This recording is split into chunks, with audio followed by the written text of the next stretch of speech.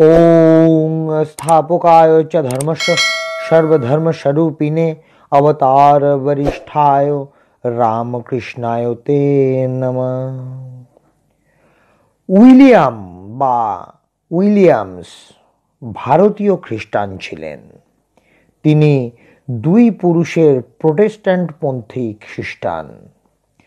ব্রাহ্মভক্ত কেদারনাথ চট্টোপাধ্যায়ের কাছে উইলিয়ামস শ্রী রামকৃষ্ণের কথা শুনতে পান এবং ব্যাকুল হয়ে সাক্ষাতের জন্য লাহোর থেকে কলকাতায় আসেন। সম্ভবত সেটা 1881 সাল। গুড ফ্রাইডের দিন কেদারনাথের সঙ্গে উইলিয়ামস দক্ষিণেশ্বরে হাজির হন। খবর পেয়ে ঠাকুর নিজেই ছুটে এলেন উইলিয়ামসকে স্বাগত জানাতে। ঠাকুর দর্শনের জন্য উইলিয়ামস নগ্ন পদে নত মস্তকে বাইরে অপেক্ষা করছিলেন।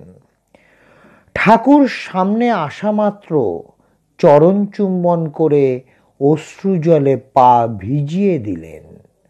ঠাকুর ভাবাবেশে উইলিয়ামসকে হাত ধরে নিজের ঘরে নিয়ে সামনে বসালেন। উইলিয়ামস কোনো কথা না বলে হাত জোর করে ঠাকুরের পানে চেয়ে রইলেন।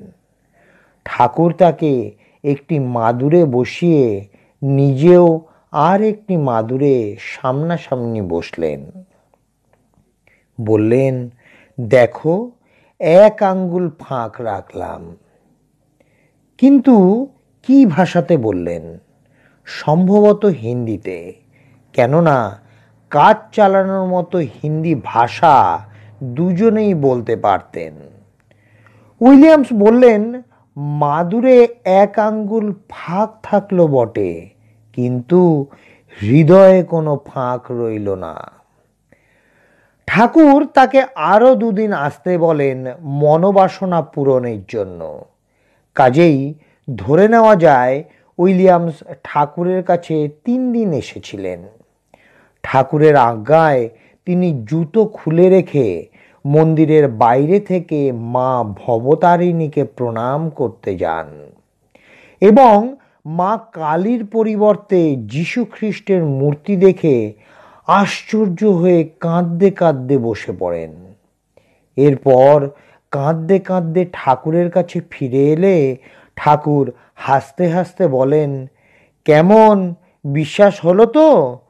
তোর যীশু খ্রিস্ট যে, আমার কালীও সে। উইলিয়ামস এরপর ঠাকুরের পা জড়িয়ে ধরে কাঁদতে কাঁদতে বলেন, প্রভু, আমায় উদ্ধার করুন। ঠাকুর তাকে কোনো একটি বিশেষ নাম সাধন করতে বলেন। এরপর উইলিয়ামসের সঙ্গে 1891 সালে স্বামী অখণ্ডানন্দের দেখা হয় আজমিরে।